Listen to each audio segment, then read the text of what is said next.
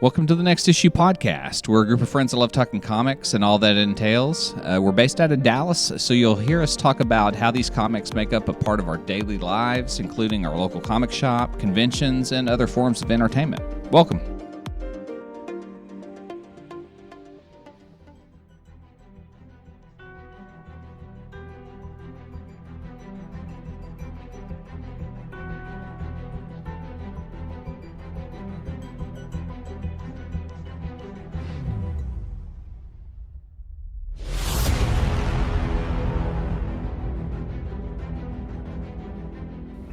Hey now.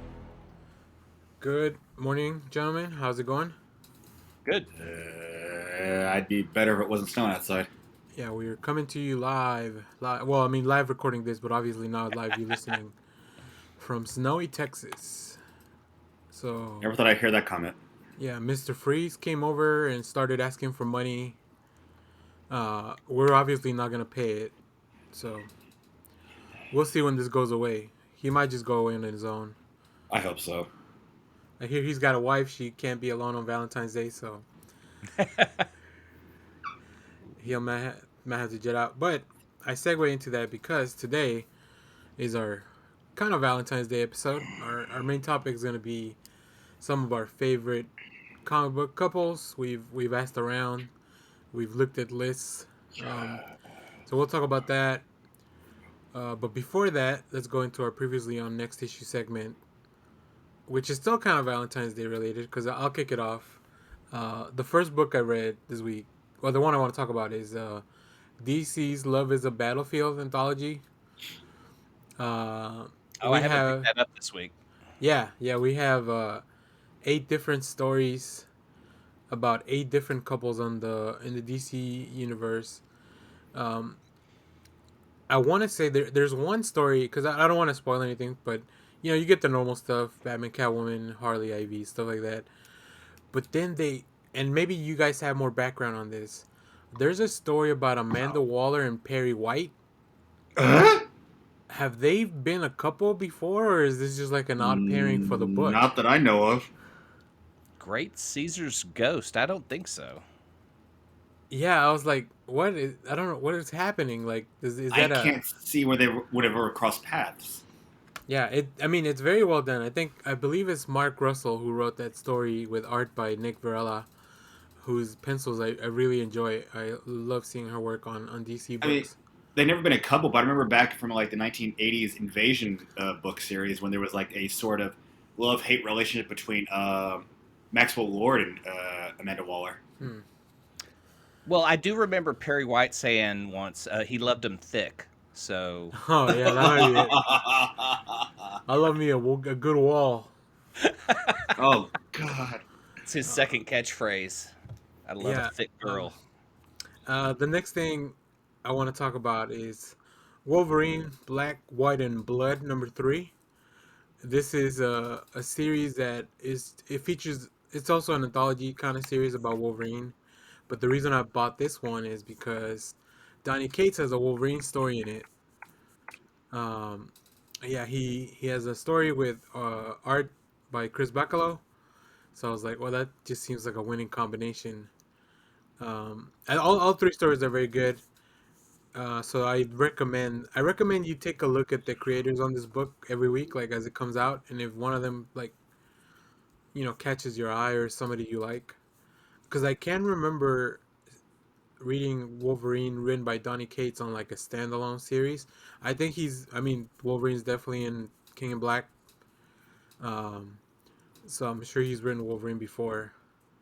But I had not seen him like in just a Wolverine story. The last 2 things I'll touch on real quick. The Tom King selections for the week. I caught up on Strange Adventures #8.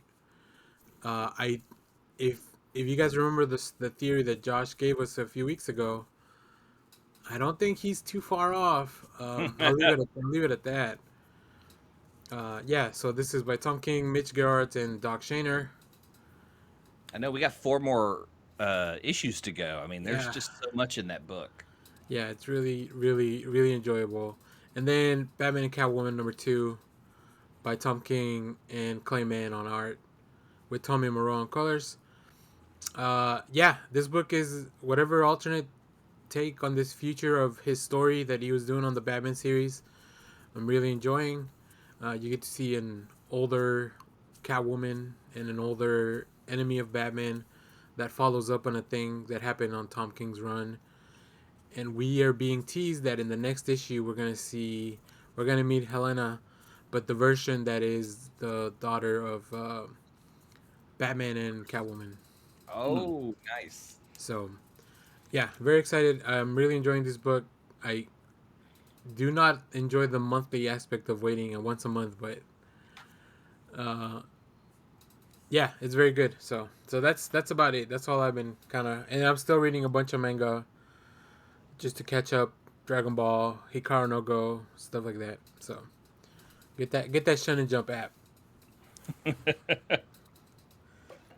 Clay, you want to go next? Sure. I've been reading old heavy metal. I found a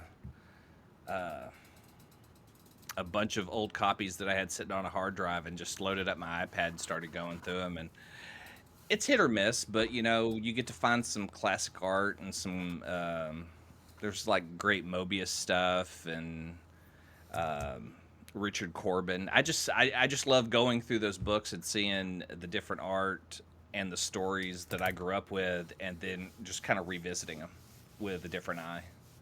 But mainly I've been watching movies. I mean, X2 I revisited because that dropped on Disney Plus. Oh, nice. Still one of the best openings of a superhero film, period. Yep. Yeah, for sure. I put that in Guardians 2. Those are the two best openings of superhero films. My favorites. Rewatched Endgame because that's where I got that theory that I think Clint and Wanda are a lot more connected than we think. Okay. I want to believe because they have shared trauma, and I think that's what WandaVision is focusing on. Do y'all want to get into a little WandaVision talk, or We can. Yeah, let's do a little brief spoilers. So if you don't, we'll try to keep it around 5. I don't know. I'll put time on the time codes. So if you don't want to get spoiled by WandaVision, stop listening here and then just check when you can come back. I will say my favorite thing about the show is the chemistry between Darcy, Monica, and Jimmy.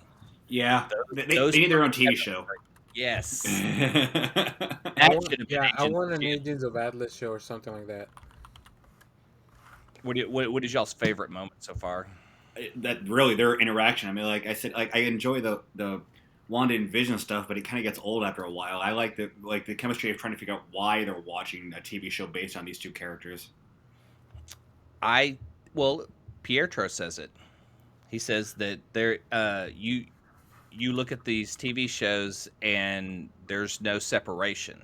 So if she puts her family in a sitcom, they'll never part. They'll never break up. And I'll say this much: I even like them bringing him in as Quicksilver than the original dude because he's a better. I always liked him better as Quicksilver than the guy they had as the kick-ass actor they had in Ultron. Well, Evan Peters is also a kick-ass actor, so. And you get the kick-ass. That was a nice nod. Yeah. Yeah, they were both in Kick-Ass, which is I know, funny. but I like him. I like the X-Men version of Quicksilver more than I like the Marvel CU version of Quicksilver. He's a better actor in my opinion, especially being on the what's that TV series? The American Horror Story. Yeah. And that's a huge thing he brings to the table because when he interrupts the show with his little discussions about the show, you know something's up because in American Horror Story he was always the creepiest dude. He was exactly. We got He's a better actor. He did the school shooting. He has the creepiest moments. So when he breaks that or I guess it's not really a fourth wall, but he breaks the story to talk to her out of character. Well, it's kind of unsettling. I've even watched some of the old the newer X-Men films on Disney Plus recently, and just watching him as Quicksilver, he's the better Quicksilver in my opinion. I'm sorry. Yeah, those two scenes are Aaron great. Taylor didn't have much time. Yeah. I mean, really, he's in one movie, or he's at the end of one. He's in that, and he's just kind of a cocky guy. Yeah, but I've seen him in other films, and when it comes to more depth, I feel like the dude we have now has more depth than he does. No offense, but I mean, it's. I'll admit I've seen way more of him just because of American Horror Story. Yeah.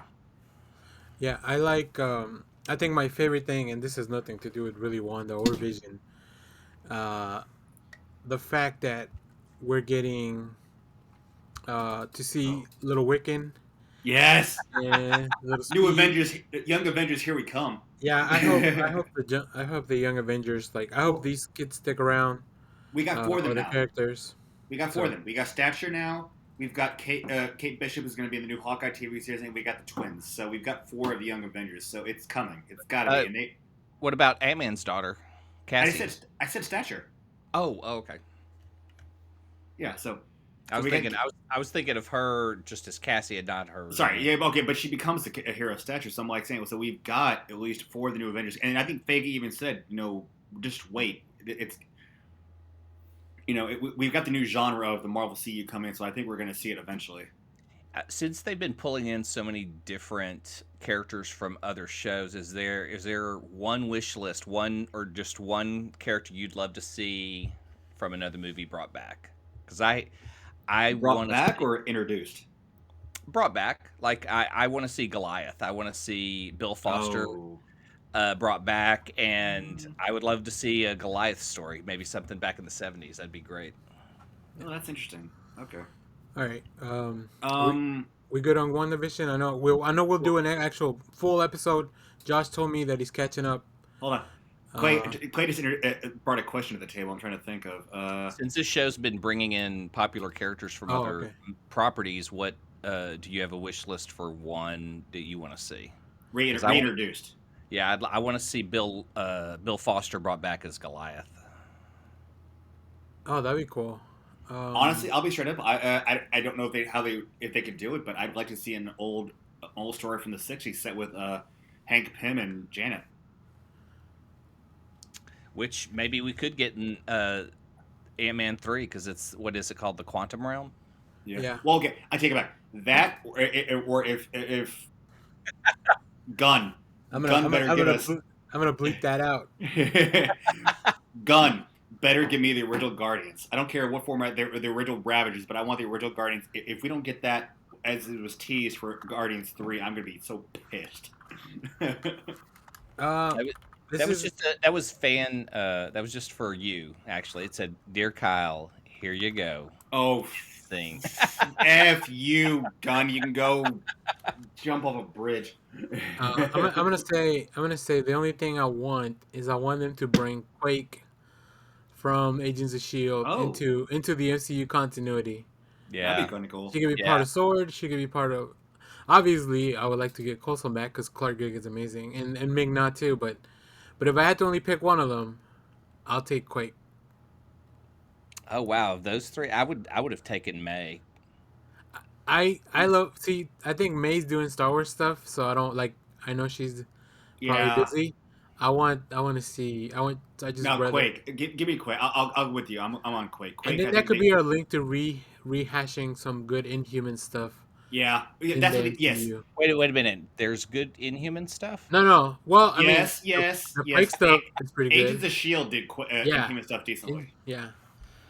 So, but it's not in continuity anymore, right? So. No, it is. No. They've actually tied it back because of the last season. They've actually been able to tie because they actually went to a different reality, came back, and they actually tied into Thanos. So the last season of Shield is now tied. Everything with Shield is now tied into the MCU. Oh, that's interesting. Okay, I might have to go finish that. I forgot. That was a thing. It's all Yeah, tied. the last thing I want to talk about that we watched, or Shelby and I watched Friday night, was Joe Bob's Valentine's special. His double feature of Terry and the T-Rex and the Love Witch. Have y'all seen either of these films? Terry and the T-Rex. Clay, Yeah. sometimes you mention film names and I think you're just making them up. No, because Joe Bob's been on TV since I was a young kid. Well, so I know Joe Bob is a real I person. know, but that's what I'm saying. Like, it's a Joe Bob thing, so that's why I know these films are real. He's able to find them out of his ass and just be like, here we go, let's Also, watch this. I was looking at the notes and I was like, what the hell is Terry and Trex?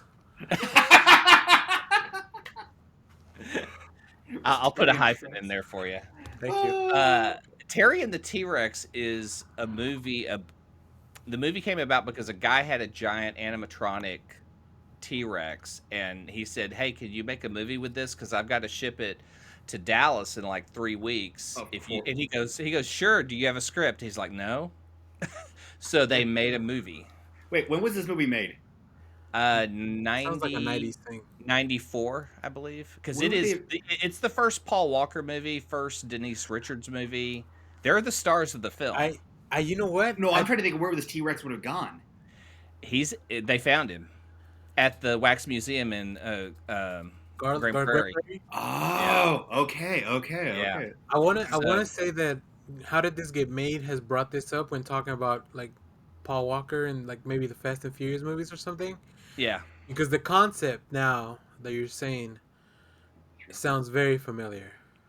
So the plot is that it's very. The brain of Paul Walker is taken out after he is murdered and put into an animatronic T-Rex. Oh my god.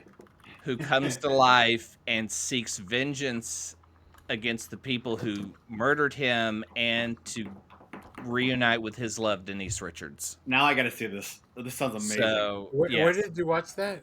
On Shudder. Okay, of course. It is insane and crazy, but it is a story about never-ending love, even if you're a dinosaur. But the really weird part, because none of that is weird, at the end, Denise Richards, who's supposed to be in high school, does this really sexy dance for the dinosaur. And you're just watching an underage girl dance for you inappropriately. Is And that that's where how that it song begins. "Everybody Do the Dinosaur" came from? I don't think so. That was a bit older. I wish. I'm gonna try to That'd drop that in here. We'll see. be- Yeah. Everybody. And do then dinosaurs. The other film was called The Love Witch, and I really recommend this film. It is only 4 years old, and it is freaking insane. It looks like it was made in the 70s. It has such an incredible style to it. The Love Witch, I cannot suggest that movie enough. It is awesome. Was it no, one of the podcasts I love listening to called Dynamic Duel, they just reviewed Batman Soul of the Dragon, which is supposed to be pretty good. Yeah, I liked it. Oh, I want to get it. I liked it a lot. The 70s, they said the 70s really displayed homage to anything you could have Yeah. known about it. Yeah, and it's got a really nice cover by Bill Sienkiewicz, so Nice. it'll be worth just getting for that. All right, Kyle, what do you got? Honestly, that's what I got right now. I didn't do much reading this week. I mean, it's just some podcasting, and it's been kind of I've been kind of in a mood this past week. So just like I said, Dynamic Duel. If you guys want a good podcast to listen to, Dynamic Duel is one I recommend. Two brothers. They either review movies or they basically, one is a DC fan, one is a Marvel fan, and then they'll basically bring stuff together and try to figure out who. They'll pit DC versus Marvel characters, and so the most recent one I haven't finished yet, but they're doing Lady Shiva versus Shang-Chi. Prior to that, they did Mr. Freeze versus Doc Ock. And Wouldn't Lady Shiva's equivalent be Elektra?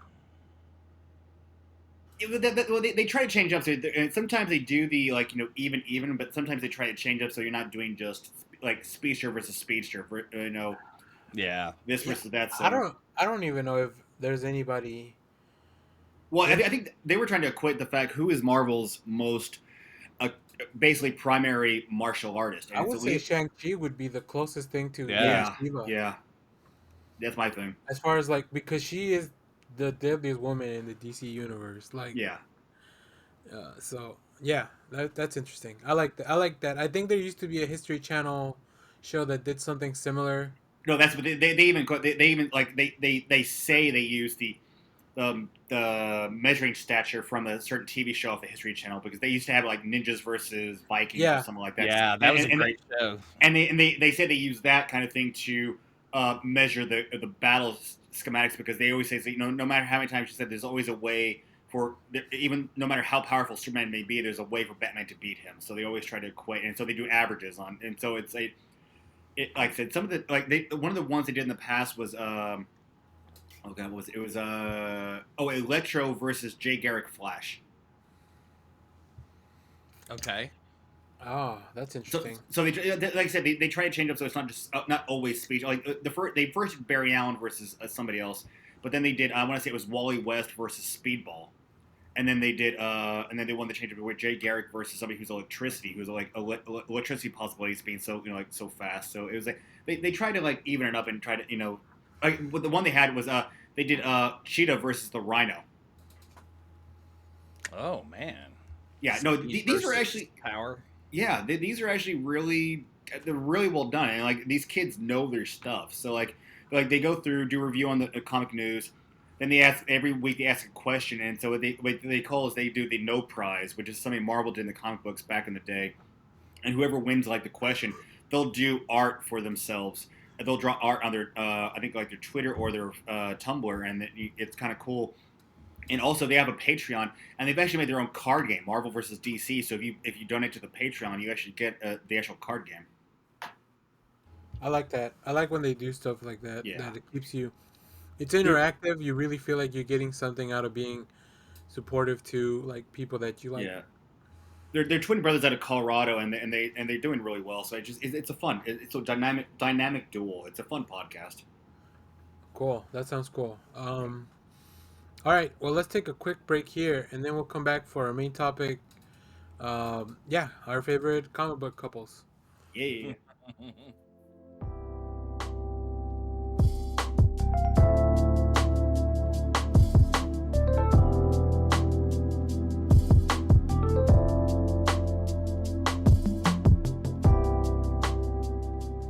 All right, and we are back for our main topic today. We will just kind of talk about our favorite comic book couples, maybe some storylines that we recommend, just stuff like that, and then why they are our favorite couples, or what to let you celebrate this holiday. We are recording this on Valentine's Day. If you listen to this later, obviously that may not make as much sense. Somebody's gonna be listening to this in Halloween, and they're like, "What the fuck is happening?" Hey, it's a little Valentine's love. Yeah, You should have but it all year round. yeah, for sure. I'm gonna start because I don't want any of you guys to take this one from me. And this maybe, yeah, probably. I mean, I want to say, I don't know about my favorite, but probably the one I see the most. Batman and Catwoman. Oh, okay. I think the previous run from Tom King gave us a lot of it. But even then, like stuff before, like Batman Hush, a lot of the movies, and I think a lot of media pairs these two up, and I think they make a good pair because they really complement each other. Except for that one pesky detail that that Catwoman's a thief and Batman catches thieves, but other than that, But I mean, they're both criminals in the idea that vigilantism is a criminal act. that's true. Yeah, So all it takes is for Commissioner Gordon to just turn on Batman. that's true, and we've seen that before. Yeah. He turned on Batman and then put on a bunny suit. All right, we could just go around the table till we run out of. I got a list of Mine are more problematic, but Sure. I still love them. So Sure. the first one I'm bringing to the table is, of course, my love of Nightcrawler. Because Nightcrawler dated his stepsister for a long time in the Oh comic. yeah. But stepsister, there's no relation that's allowed. Right, but that's just weird to grow up with someone that's like Well, family and then No, go. no, no, no, no, no, no. In his defense, he didn't know she was his stepsister at first. Right, but there's a moment where you kind of look at each other and go, "Yeah, this Yeah, shouldn't."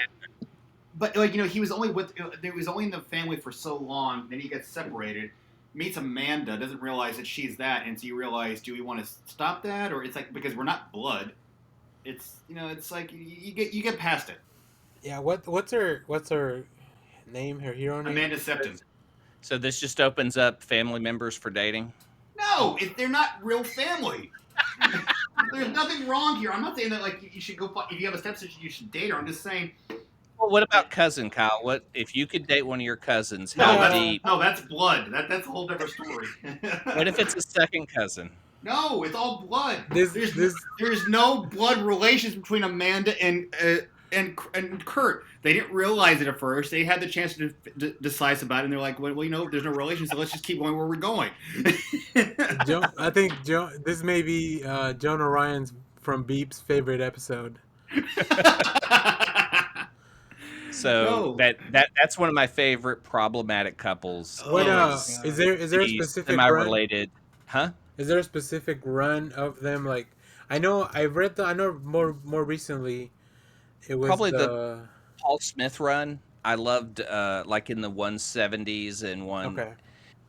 I don't think in the early 180s. It's like when Wolverine's getting married, Nightcrawler's hanging out Oh, with Amanda Step. you just tied me into where I'm going to go with my first And one. and Okay, before we go to Kyle's, what's her power set? Because I know it's kind of weird. She's a it's sorceress. magic. Okay, Yeah, Yeah. that's what I thought. Yeah, I knew it was something like I wasn't sure if she was a mute or not. No. She's a She's just sorceress. a sorceress. Yeah. Cool. but Nightcrawler's hooked up with so many chicks. I mean, it's just weird that one of them is his stepsister. He's gone from the extreme He of being didn't know. he's gone from the extreme of being a priest and dating no one, all the way to just like dating almost everyone that he meets. I mean, I get Hmm. it. He's a nice fuzzball. Wish they would have explored the Nightcrawler Scarlet Witch relationship. Yeah, because that is in one of the alternate realities that gives us Nocturne out Exactly. That's right. out of the Excellent. Yeah. Exiles, and That I would have loved to have seen. but we see it in Wolverine in the X-Men cartoon. Yeah, a Isn't little that bit. the one? A little bit? They, Yeah, I think there's they one explore. story. They don't push it as far as I think they should, but they That's did with explore times. the really punk Wanda, right? With the Yeah. Yeah. The one couple I never liked Kurt with Storm. It just seemed like it was Wait. kind Whoa. When did that happen?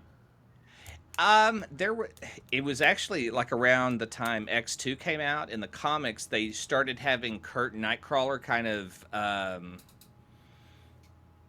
I wouldn't say they had a relationship, but it seemed like they were very friendly. Wait, Kurt and Nightcrawler were friendly. I mean, relationship? Kurt and Aurora, Kurt and Aurora. Well, I they just also never thought of them as a great couple. well they also pushed a little bit. Like they hinted they were pushed a little bit with the Wolverine Storm. Also, it's just like Yeah, I don't know. no. Aurora's on a different level. She was a goddess and then joined this team of teens. To me, I don't really see her. She's lived above them, if that makes sense. She could be like a DC type yeah. god if we really looked at her character, I think. That'd be like if Wonder Woman started dating Blue Beetle or something. Yeah, yeah. Like it's just I weird. mean, Nothing against Blue Beetle. He's a cool dude. I think Wow. Kyle took that personally. Yeah, no shit. Another Kyle, wrong check cord. Kyle, you'll find your Wonder Woman. Yeah. Oh my god. All right, Kyle. All right, On that I'll line it segue. up. Yeah. I'm gonna go only because it only lasts for so long, but a Wolverine Mariko. Oh, okay, yeah, that is a good one. That I like that time period too. That yeah. I mean, and granted, it was like 10 or 13 years later until she died in the 90s, but it's still the more. And they had such a like you said, problematic relationship because they were supposed to get married, and then basically Mastermind, tricked her and basically made her say Wolverine was unworthy, but they still had a sort of relationship going on. But it's just that the dynamic when you first saw her in the Claremont run of X-Men, when they go to Japan and he meets her, and it starts this whole and then we have the Wolverine Limit series with Frank Miller, and I love that relationship because she was one of the few people that actually made Wolverine basically pure human. All of Wolverine's relationships are problematic, though. I don't think he has one healthy one. No, he doesn't.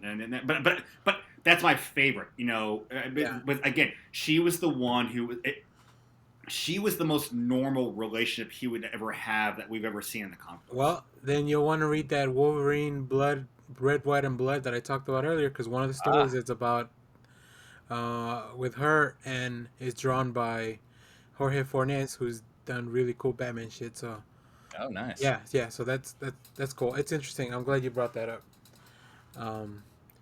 Well, my next one is it's only problematic because the two people are in it are very complicated, but I think they really make a good couple.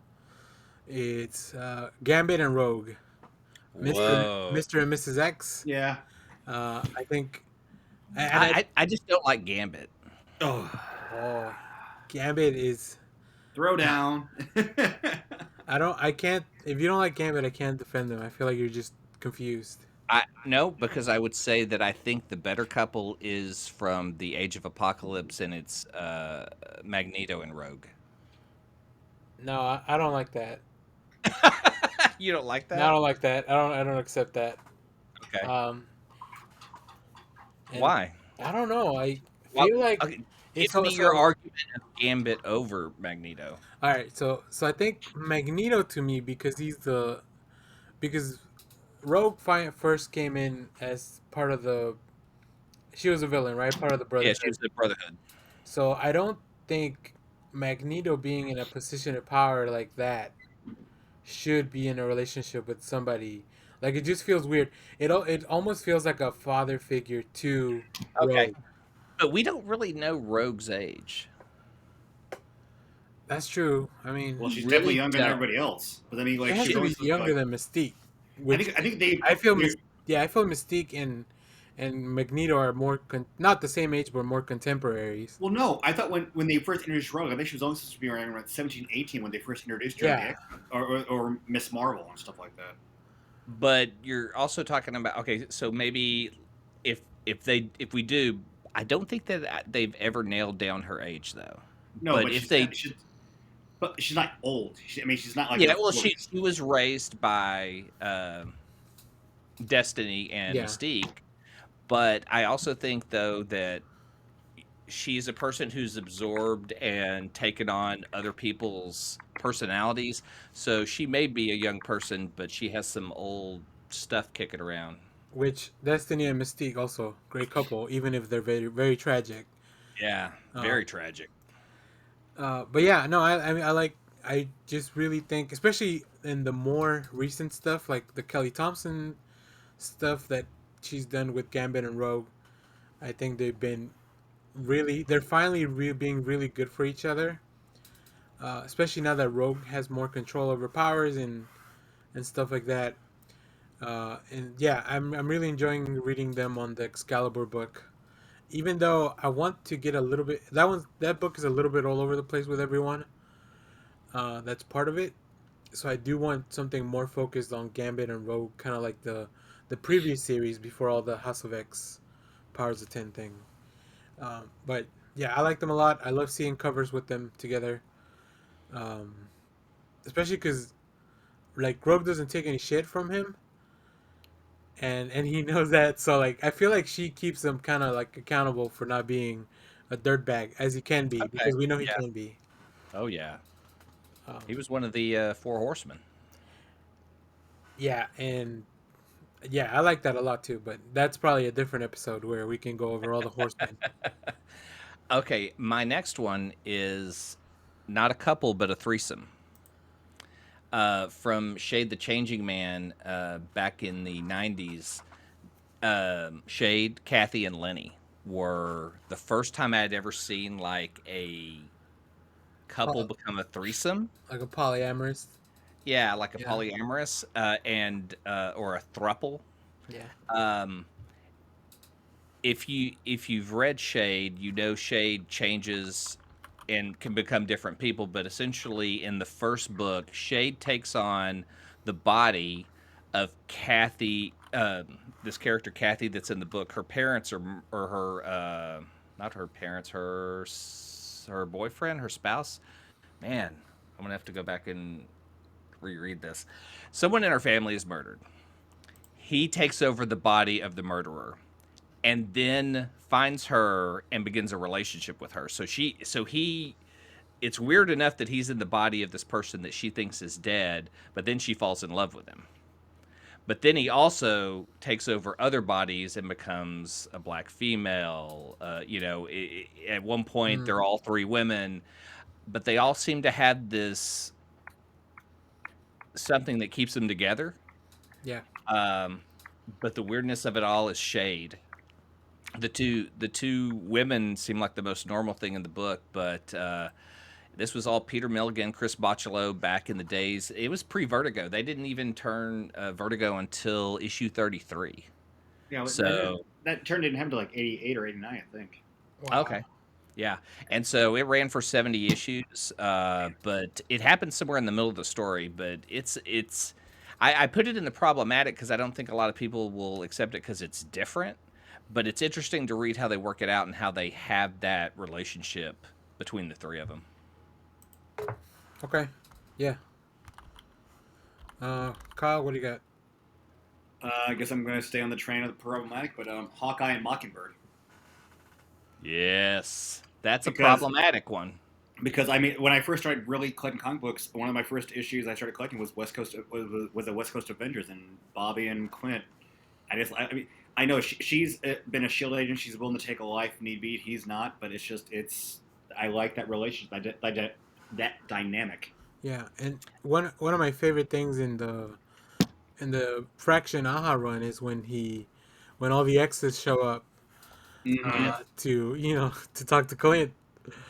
Mm-hmm. Uh, so, and then I think the Mockingbird series, the short-lived Mockingbird series, it dealt a little bit with that, like Bobby trying to move on from being married to Yeah. Clint, because Was that the Cassandra Cain one? I Oh. Chelsea Kane, I think, yeah, Chelsea Cain. Chelsea Cain. yeah. I'm not. I'm not No, gonna use this as a relationship, but I did like this small period of time when she was dating Spider-Man. yeah, that was interesting. I feel like Yeah. because she's an agent of Shield, she understands like it.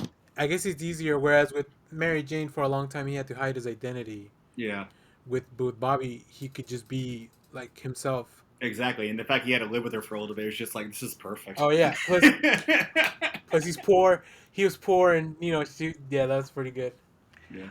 I love that Clint was with Bobby and then didn't know she was a Skrull for a long time. Then she returns to Earth in Civil War, and it's like, oh, we can't be together because this is messed up. I was with this Skrull that was supposed to be you, and you've been in space, and just how that kind of marriage deteriorates. But then they still have to like function together Yeah. because Yeah, they've been teammates, and she shows up in other books and stuff. I don't know. I love the Hawkeye of the comics more Oh than the God, show, yes. just God, yes. because of that. yeah, His his dealings with the ladies. No, yeah, he's the fucking Oliver Queen of the Marvel universe. He's a whore. But Well, you know, he slept with Scarlet Witch, She Hulk. I mean, I think he's probably slept with Janet. I think Janet at one point. You know, it's like who hasn't he? Had. I'm sorry, he's but he's just like, yeah, I mean, some of the most beautiful women in the world. I mean, come on, and he's just hanging out with he's hanging out with gods, going, wow, wow, yeah. and wow. nothing against Jeremy Renner, but yeah, he was not the Hawkeye that I was hoping for in the MCU. I don't know. I just the Hawkeye character in the MCU is a little different. I'm Well, hopeful for the show. Ironically, I think the best Hawkeye to me is the Age of Ultron Family Guy. well, Like I like that for him, but I don't think it fits with the rest of the universe. But I like that as a just like as a Hawkeye thing. I always loved one of my favorite things about Hawkeye in the comics is his relation with Cap, with Captain Yeah. America. It's like even though he's not Captain America, he had no problem knowing Cap's. It didn't matter who Captain America was. He saw Steve as an equal and would have no problem telling him his issues. Yeah, And they would get together and they're almost like brothers, like that hate relationship. Like you're the better, but I should be your equal, but I'm not, and had to prove himself. And that between Chris Evans and Jeremy, we didn't. That was not that in the movies. Yeah, it would be nice to see Hawkeye step up to that level to want to be a Captain America, to want to be a leader, Exactly. to be his own leader. Yeah. yeah. All right, my next one is this one I haven't read much of it, but what I have read is really good. It's Midnighter and Apollo. Hmm. Oh I yeah, think I've only read the part where they're in the DC universe. I don't think they were part of the Authority first, which was like Wildstorm thing. I've never gone back that far.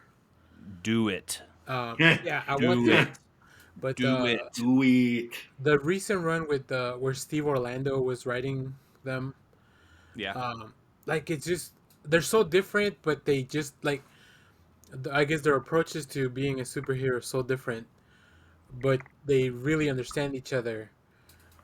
Yeah, I mean that just it feels like they put each other first above everything else. So that's always really cool to see. I I, Where I just want to set you up just to tease that Authority so that I know you'll read it. You need to read it just because one of them is taken prisoner and abused and beaten, and the other one gets to come back for revenge. Oh, I really hope not. What year's that authority run from? That's going to be the. Well, I actually read both of them. Read the Warren Ellis and the because Warren Ellis has Brian Hitch, and all the Brian Hitch stuff is fucking incredible. But the Mark Miller run Okay. and Frank Quietly, I'm gonna those two. see if all this stuff has been folded into the DC app. If not, maybe it's on like Hoopla or something. Yeah, it's pretty old, so it should be. It's '90s stuff. Okay. But yeah, I re those were books I would read once a year. I used to love that stuff so much. That's cool. I've always wanted to check out the authority stuff, but it's just on my never-ending list of things to read. Okay, Clay, and we can go a little bit. I mean, just speed run through some of these too if you want. Okay, well, I'm just going to drop another problematic one in here. Cyclops and everyone he's ever dated. Because first of all, why would you date a telepath? And then after dealing with that, why would you date another telepath? Well, I'm gonna go with the fact that I think that had to do with it more on the second telepath manipulating him. That's true. Yeah, there was that. But then I wonder how much Jean manipulated him when she wasn't always Jean. I'll be sure to be honest. I dropped off the. I kind of fell off the Scott Jean. Like I liked the relationship. I saw him as one of the prime, couples in the world until he merged with fucking Apocalypse and then had his attitude change. And I was like, it's not the same Cyclops anymore. Okay. How can you also not notice that your wife is a clone of your ex-girlfriend? That was the biggest one. I put in Mhm. caps. I wrote down Madeline Pryor. Yeah, Oh what my the hell? god. I'm stuck on that Paul Smith run. When What Madeline Pryor what shows up looking just like his dead girlfriend, he's like, I'm in. is it because of the red tint on everything? Like Probably. he gets like face blindness or something? I know the Madeline Pryor thing is really weird. I mean, because she was a clone who Yeah. looked just like Jean Grey, and he was all in on it. I mean, have you seen Jean Grey? Come on. I'm not a fan of the pasty redhead, but yeah, Jean And Grey's now nice. I will tell you, in when Avengers versus X-Men was happening, there was an issue of Uncanny X-Men, a tie-in, where Cyclops and Emma Frost both had the Phoenix Force, and they were fighting, but in the issue, they're having dinner in their heads. Like, it's so cool. Like, it's just like they're so powerful at this point that they can just Oh, do. Yeah, it. I mean, that's one of my I favorite tie-ins for that. I was never a fan of Emma and Scott. Yeah, yeah. I There's hated that. something I like about it because it's a bad choice for Scott, Yeah, and that's the only reason I think I kind of dig it because I would like to see him rid himself of the telepath and maybe just date someone who I don't know has a tail. I don't know someone that's not in your head all the time. I like that. I like that Emma doesn't like let him get away with any shit either. Like she'll always call because she's. I mean, I don't know if she's always in his head, but there was a period of time where they were always telepathically linked. Like no matter what was going, like during that whole schism AVX stuff, like Scott and Emma were always telepathically linked, which Yeah. I mean, I think that brings a level of transparency to a relationship that you can't really replicate any other way. Like, Oh, right? Can you imagine if you were you in want like, someone in your head all the time. yeah, I don't know. I think that's pretty interesting. I, I I don't know. I just think that level of I don't know having someone know all your thoughts Yeah. constantly. Yeah, that's pretty weird, I guess but because you would have to hope that they know. I don't know. It's just weird that you know. yeah, It's I like don't know. I'll need to going to go. somebody's room and go explain this. I'll go back and revisit some of those because that period of X Men. I mean, it's when I jumped in, so I really enjoyed it. But it'd be nice to revisit. The best Gene and Scott stuff was the Byrne Claremont Yeah. stuff Yes. leading up to Dark Phoenix. Yeah, So 109. I'd say 109.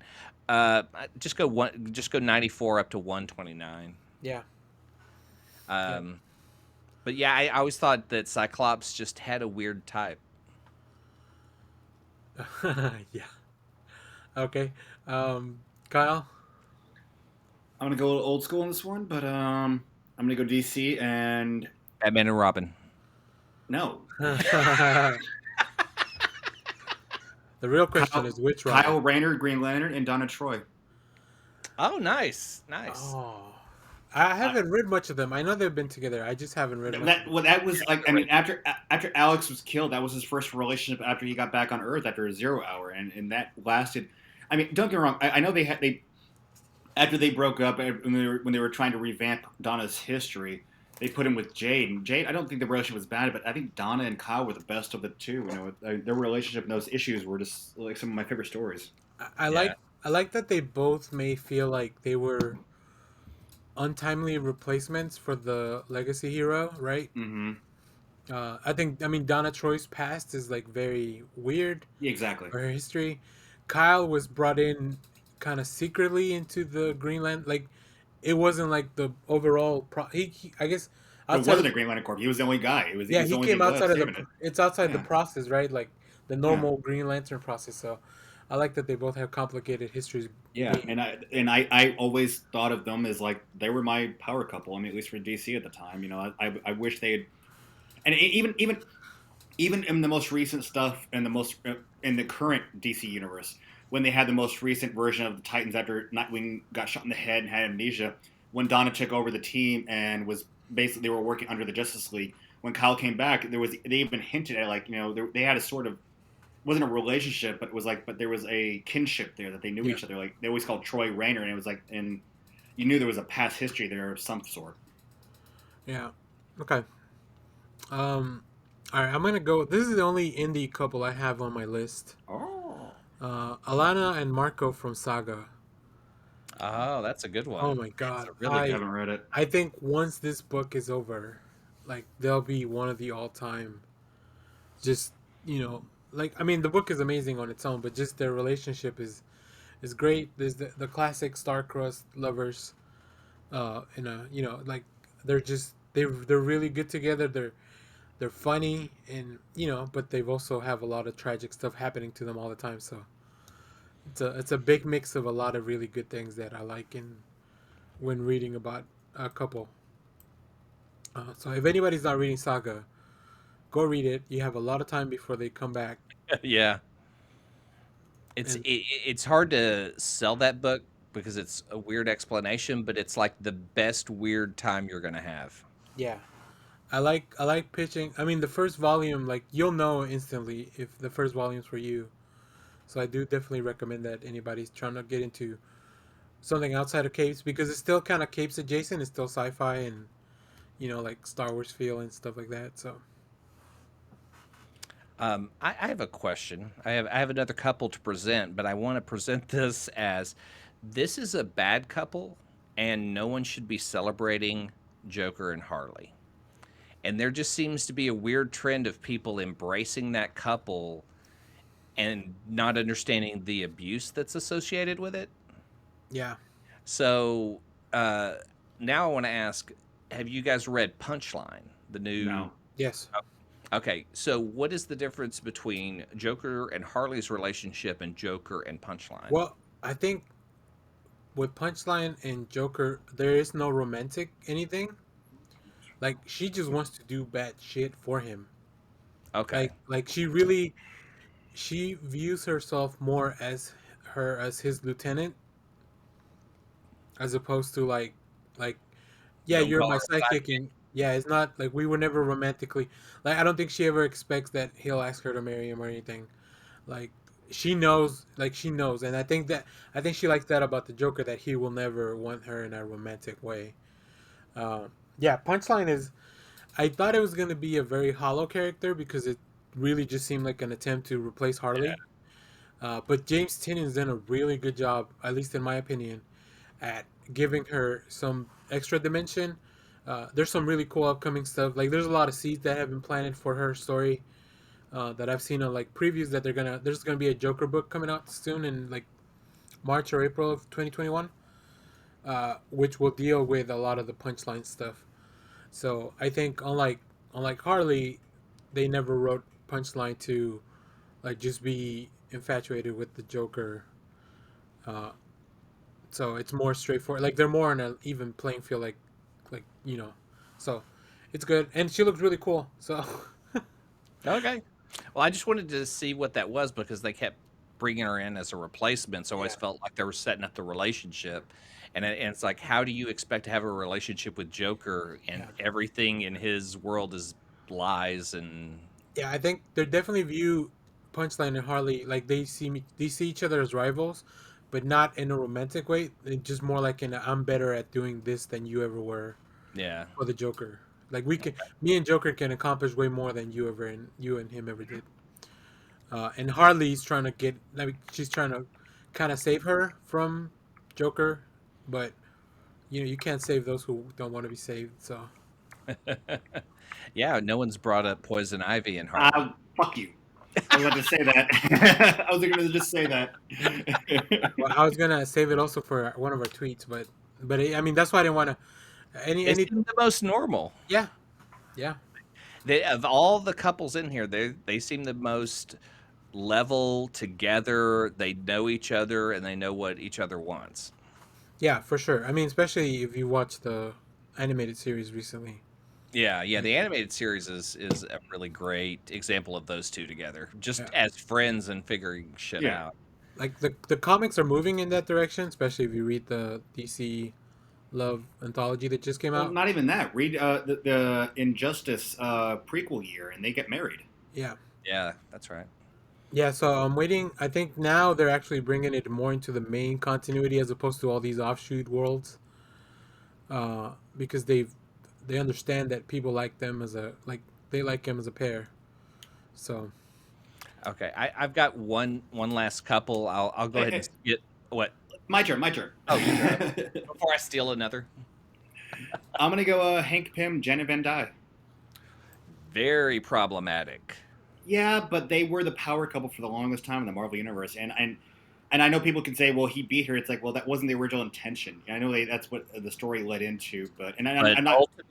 Ultimates though, No. I'm they not counting both beat Ultimates. the I crap. know. I know. I'm not counting Okay. Ultimates. I'm not counting Ultimates. I'm just counting the normal 616 universe. They were the power couple for the longest time, and they worked.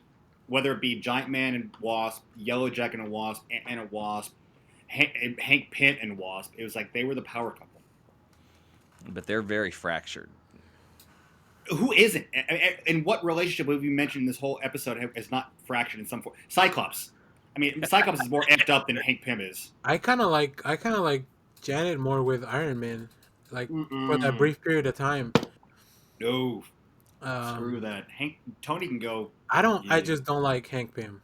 Oh, see, I do. I've always liked Hank Pym as a No, character. I loved seeing Cap kick the shit out of him in Ultimates after he beat him. Again, I'm not talking Ultimate Hank Pym. He's a dick. He deserved to get the shit kicked out of him. But 616 Hank Pym is just a guy who's been troubled. He's not a bad dude. I think the problem with the 616 is that maybe that story wasn't told in the best way, because Yeah. there was I mean especially because at the time there was very little input from any woman on the Marvel bullpen, so like they can't run But like you can't run like if anybody had run that story by a woman, like, hey, what do you think about this, like okay, she might have been like, maybe not. I'm still going to defend it because okay, that was a bad issue, but that was one issue, and the time period from when they broke up to the time where they sort of got back together was a good like almost 9 years. So there is time for a second chance and forgiveness. So when they got back together, when he was on the West Coast and she joined the West Coast, and they sort of got back together, there was a good period when up until they broke up again that was actually a pretty good relationship between the two. I feel about Hank Pym the same way I feel about Reed Richards. They rather be smart than good to their own people. Like I don't know. I feel like sometimes they get lost in how smart they are. Um, and yeah, that seems kind of flawed to me. I even like Clint better with Nah. Wasp. Janet. Yeah. Okay. I got one more, and this one's like I really like because recently we got a really good story with them. Billy Kaplan Wiccan and Teddy Hulkling from the Young Avengers. Hmm. But we just had a really great story with Empire, Oh yeah. and their relationship, although it's not at the forefront, it really drives a lot of the story. I like because Hulkling has a big choice to make, right? He's being named king of this empire, and where does that leave him with with Billy since they're married. Hmm. So I like them a lot. I hope we see that in the future. Yeah, I liked the beginning of their story in Young Avengers. Was that the Jamie Bendis? McKell, Jamie McKelvey. Yeah, Jamie Yeah, McKelvey. yeah. I just love that art in that Was that front. was that Gillian and McKelvey writing that Yep. run? Yeah. Yeah. Check out Young Avengers to get the beginning of that story, Oh and yeah. it's really sweet seeing them work all their shit out. Oh, okay. I got one more. Go. Sorry. Okay, Okay, I'll go ahead I, it and then Kyle. here I will give you three, and you pick the one you want to talk about. Hulk and She-Hulk in Old Man Logan, Oh Lord. Quicksilver and Scarlet Witch in Ultimates 3, Oh God. or Daredevil and Karen Page. Let's go with the Daredevil and third Karen one. Page. So, Yeah. because at least they're not related. Daredevil and Okay. Karen Page. I really love seeing that relationship on screen actually because Hmm. it was interesting to go back to see how abused Karen Page is in the pages of Daredevil. Yeah. I mean, she's in the porn industry. She's on drugs. She sells out Matt for a quick hit and dies. You know, Yeah. all around him. I I like mean, I like it's so the tragic. I like the rehab they did to the character in the TV show. I Yeah, feel it was like good to see her make a comeback. I feel like it's a lot more of a it's just a better representation of that character maybe at least to me. I know a We lot had of people love that Daredevil run.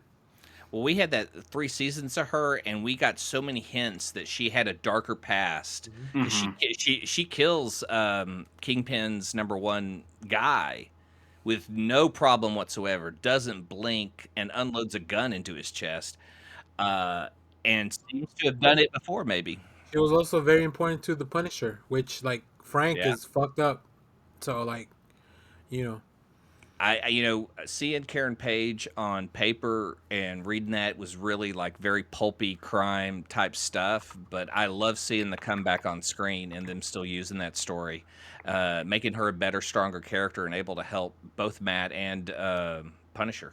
yeah, I think a lot of it was too. Deborah and Wool's just really good at that role. But yeah, Yeah, like I mean that otherwise, I don't know if perfect. anybody can make it work, but she really tell that line between the both all the aspects of the character, like, and then being able to turn it on, like to be like ruthless in a minute. Yeah, but all right. But I never want to hear about the other two. Yeah. I thought of that one last night when I was writing my questions for Of course you Universal. did. I was just like, oh yeah, Hulk and She-Hulk have a Yeah. relationship, and Shelby goes, why? On Universal Remote, it's going to be, which is your favorite Marvel incest relationship? All right, Kyle. Um, Going back to the New Warriors, Justice and Firestar, Vance Astrovic and Angelica Jones. Oh, They may not be together anymore, but I really liked that when they got together because like there was always a hint, and after he accidentally ends up killing his dad, she's like, I love him, and blah blah blah, and they eventually get together, become Avengers together. It's just I like that relationship. Which young warriors run is this? Oh, original New Warriors, Okay. like the Oh, the original. new warriors. I mean. Yeah, eventually they when they from the starts in the '90s and eventually in the early or the mid aughts, they eventually become. No, yeah. After we actually this ties into Heroes Reborn. After the heroes come back after Heroes Reborn and they start the new Avengers lineup at about 13 issues or 14 issues in, they become reserve Avengers and eventually become main part of the main roster together. Okay. Cool. Um. Yeah, I haven't read much of their stuff. I've only read more than New Avengers stuff. Read the Or New old New Warriors. Warrior stuff. It's good. Yeah. no, that's okay. I want to drop something in here because you guys keep saying like I didn't write this stuff. Somebody else wrote and published this stuff. This is stuff they put out there. But you're bringing And it up. I haven't even brought up the worst one. You're Oh making me God. think about it. Before you do What that, is what let is the me worst one? Do hold you on. know? You Before we ruin this for everyone, uh, let This me is stuff that isn't in my mind. I just read it in comics and bring it to you. let me You ask. thought about it when you were writing the questions. If that pops in your mind right there. Let's see. Do we want Quicksilver and Scarlet Witch, Hulk or She-Hulk, or let's have Amanda Septon and Nightcrawler? Let's do Nightcrawler and Amanda Septon because they're not really related. I bet he's got Cersei and Jamie on his list. I Yeah. got a question for the panel. Who do you guys like better as a couple? Peter Parker and Mary Jane, Peter Parker and Gwen Stacy, or Peter Parker and Felicia Hardy? Mary Jane and Peter Parker. Mary Jane.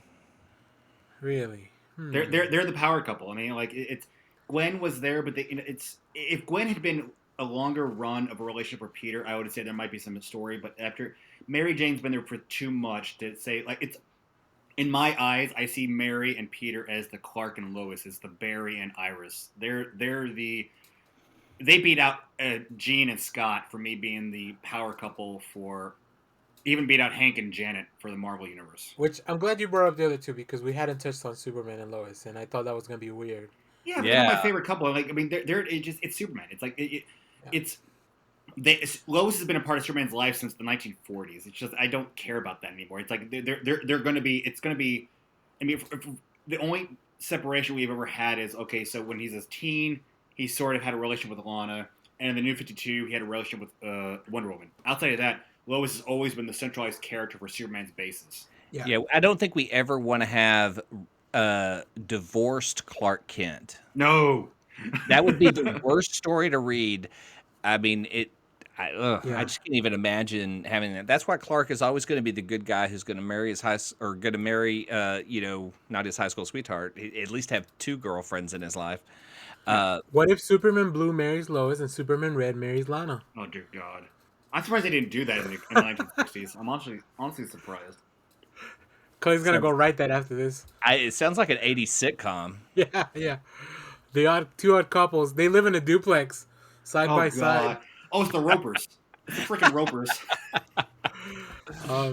Okay, but the next one I wanted to talk about, Big Barda and Mr. Miracle, Yeah. Oh, they're great. especially after Yeah. the Mr. Miracle run. Like, come I think on. we're going to have a different perspective. Oh, no. I'm sorry. I'm having a brain fart. I'm thinking Stranger Things. I Yeah. got one more. Yeah.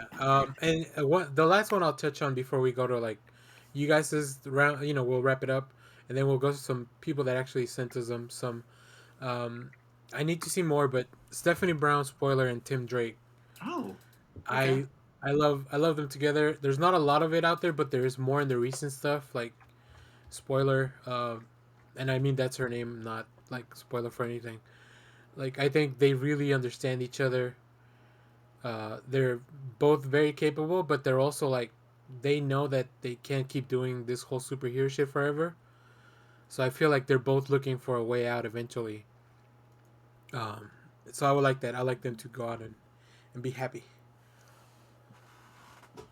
All right, Clay, you wanna give us some wrap up?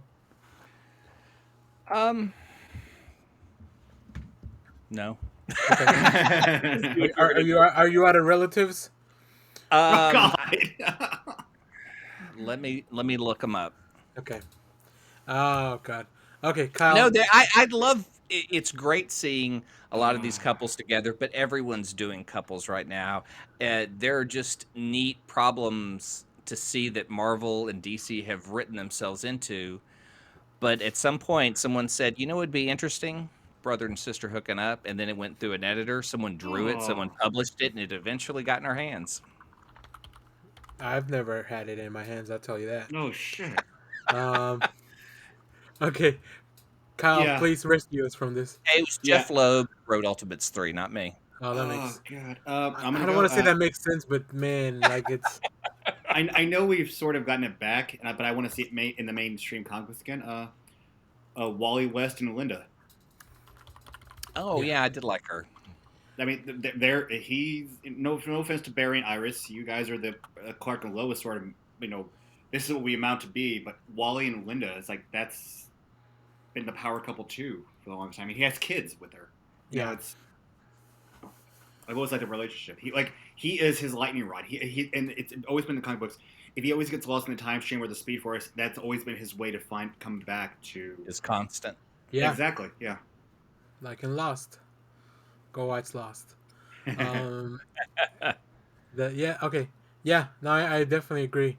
All right, let's to wrap it up, I want to mention as I was looking through some of the stuff, a lot of lists had Jessica Jones and Luke Cage at number one, like their favorite, which I do. I love that they're a couple, and I love that they named their kid Danny after like Luke's best friend. Yeah. Okay, like okay, sure. I guess they're really. Oh. What were they Um, going to name the kid? Hellcat? that would be a cool name for a kid. Also, That's Victor Freeze and Nora have one of the most tragic stories. Oh, yeah, that Interesting. is a good one. Uh, and then I guess nobody brought up Daredevil and Elektra, and I found that weird. I don't know. They're That's the Felicia Hardy and Peter Parker in my world. yeah. It's Okay. do you put Felicia as being too old for Peter? No, but well, no. Again, we're going back to the Marvel universe because in normal 616 universe, I they were basically portrayed as the same age. In 616 Yeah. and in Ultimate, yeah, he's younger. In But Ultimate, she was 616, an adult. I'm Yeah. also Oh I'm my going God. more based on the animated show. I think that's my favorite Black Cat. yeah, the same Um, age. They were still the same age. yeah, yeah, they were both like high school students in college at the same time. Um, okay, so we do have some people that reached out on Twitter when we put out the call, and also during book club. So first, Cat from book club said Dinah Lance and Oliver Queen. Oh yeah. Okay. And last one I forgot. Killer Croc and Orca in the Injustice comic. Interesting. Yeah, Great. that's just amazing. So if you haven't read that, go No check one it has out. problems with fish people getting together. They're humans mutated. Get over it. They're not related. They're not related fish to each other, right? God. They're not related fish. Uh, More topically, Shelby, Clay's wife, tweeted back at us, always supporting the Twitter. One Vision Uh, I would just say what? What? with a cover of giant sized Avengers #4, where they're getting married, and then also Harley and Ivy with a gift from the animated series. we sort of mentioned them. Yeah, Yeah. and then at Mark Ramsey, our buddy Mark, Batman and Catwoman with a picture from the 1966 Batman and TV show, Nice. Okay, and Julie also Newmar. Night Owl and Silk Spectre, Yeah. which I think they're a little problematic, especially because they can only get it going in like dangerous In, circumstances. in after violence. But I will say That's just Dan's problem. I think she can do it. She's fine. the I do love that scene in Watchmen. Uh-oh. Here goes Hallelujah again. Do you want to drop that picture in with, I guess it's older Silk Spectre and a marriage Oh device? God. Is it a marriage device? Is that what we're calling it? From, That's not what I'm calling it. I think it's called the Excalibur. I think it's called a Black & Decker Pecker Wrecker. Something. Fuck. That thing was like, Yeah, go watch Watchmen if you haven't. Well, personally, I recommend you watch the Watchmen movie. I don't know that my co-host will. But yeah, go watch. I the suggest Watchmen. you read the book. Go watch the Watchmen show. Yeah, anything. Yeah, Watchmen is pretty solid overall. Everything Watchmen, like, except those before Watchmen books. Just read the the Darwin Cook one. Oh, yeah. Okay, well that's all the love we have for you guys. But let us know what your favorite couple in comic books is. We didn't really go into a lot of indie stuff. I know I wanted to throw in the couple from Sex Criminals, but I haven't read how the book ends. But they have a really cool pairing. But yeah, let us know if you have any others out there. And then I couldn't figure out which of the turtles April would hook up with. So well, they sort of hinted. Raphael. No, they sort of hinted Donatello in the Nickelodeon series. oh, that's right. Yeah. So Okay, so, now, isn't that bestiality? I didn't even go to Howard I didn't with Duck push it, and but- Beverly. I mean, Oh, I've got. Well, Do you want me to pull out some images from the no, magazine? no. All I'm gonna say is if we're going Howard the Duck, I'm gonna say it's Leah Thompson from the movie. I'm glad this is an audio medium and Clay can't show us his dirty pictures in your mind. The Dirty Pictures published care of Marvel Comics. The weird Howard the Duck stuff is all the magazines. It for some reason they didn't have the comics code on it, so you would have Beverly in like some see-through 90s going to bed with Howard while they're having a discussion. God, I'm just that quiet. Ooh, okay. Well, with that, we're gonna move on to our recommendations, and we'll In close the out the words of show. Stan Lee, enough said. Enough said. Excelsior, true believers. Oh my Okay. god. I'll go. I'll get started with my It, but recommendations. explain to me the Donatello April thing. That doesn't seem weird It's to a you? Well, she from a technically kids was with show. Casey Jones. She Yeah, was technically with Casey Jones, but Donatello had the crush on her. it's a kids show. We don't have to go too deep into it. Yeah. They Well, wouldn't. well, no, technically, Daniel, it's your fault. You brought the issue up. I'm just saying because I saw the picture you posted on our chat of the Turtles book or the Turtles vinyl. Oh. I think this is a chance to make a plea. If anyone out there has Teenage Mutant Ninja Turtles 2 Secret of the Ooze vinyl, from where? Where's it from? Oh god, what Is it was it? Mondo? No, no, Oh, was it mine? It was Wax Work Records, I yeah. think. Kyle is willing to trade something for it. Oh, that'd be badass. We'll have you on the podcast if you help Kyle out. Yes. Um, okay, now for our real recommendations. And these are two that I haven't read, but they're comics that I'm excited for this week. Actually, Oh. the first one is the Immortal Hulk Flatline, one shot by Declan Shalvey. Declan's been putting out a lot of images on his Twitter of like the process of making this comic. I don't know anything about the story, but all the Immortal Hulk one shots have been really good, and the series as well. But the one shots really allow you to read the Immortal Hulk without having being all cut up on the show. And then the other thing is going to be TMNT, the last run in number 2. If you didn't read the last run in, I don't want to spoil anything for you. But the premise is only one of the turtles is left alive after whatever happened. I saw that. I didn't read Uh, it yet, but I saw that. I won't Yeah, tell the you art. which turtle because I want you to go figure it out.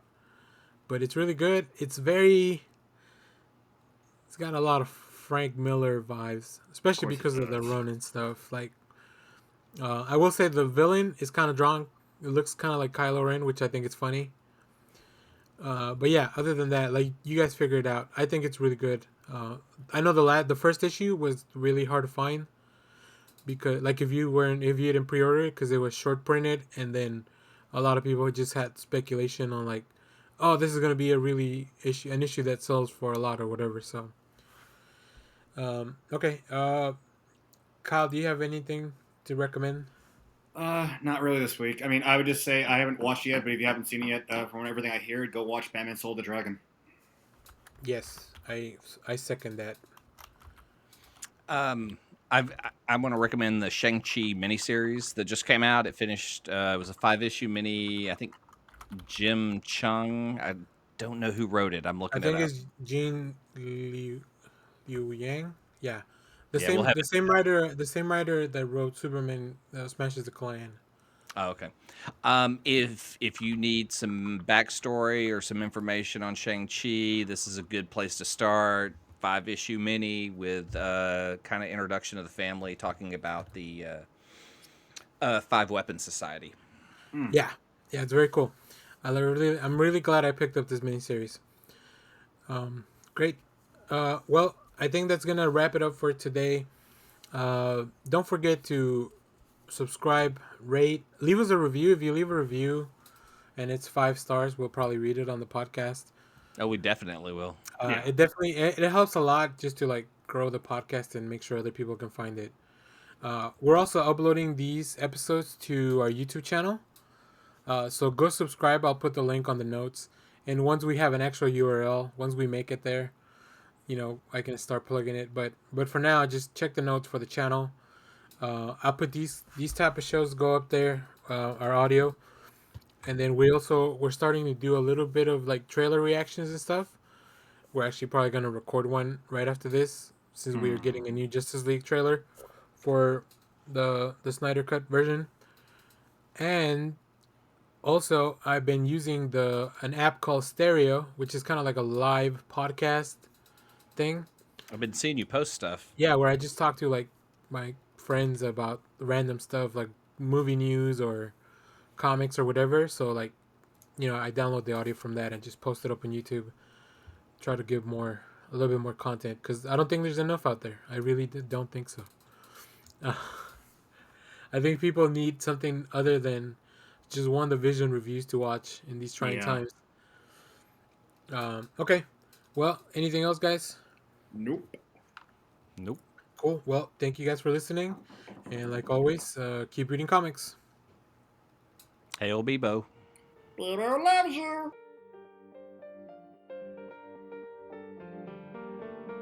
Thanks for joining us. You can find Next Issue on Twitter at Next Issue Pod, on Twitch at Next Issue, and on Facebook at Next Issue Podcast. You can find Clay on Twitter at Clay_Harrison, Kyle at Kylepedia, Adrian at Adrian_Harry, Daniel at Echo Spider, and Josh at Cosmosis. Hail Bebo.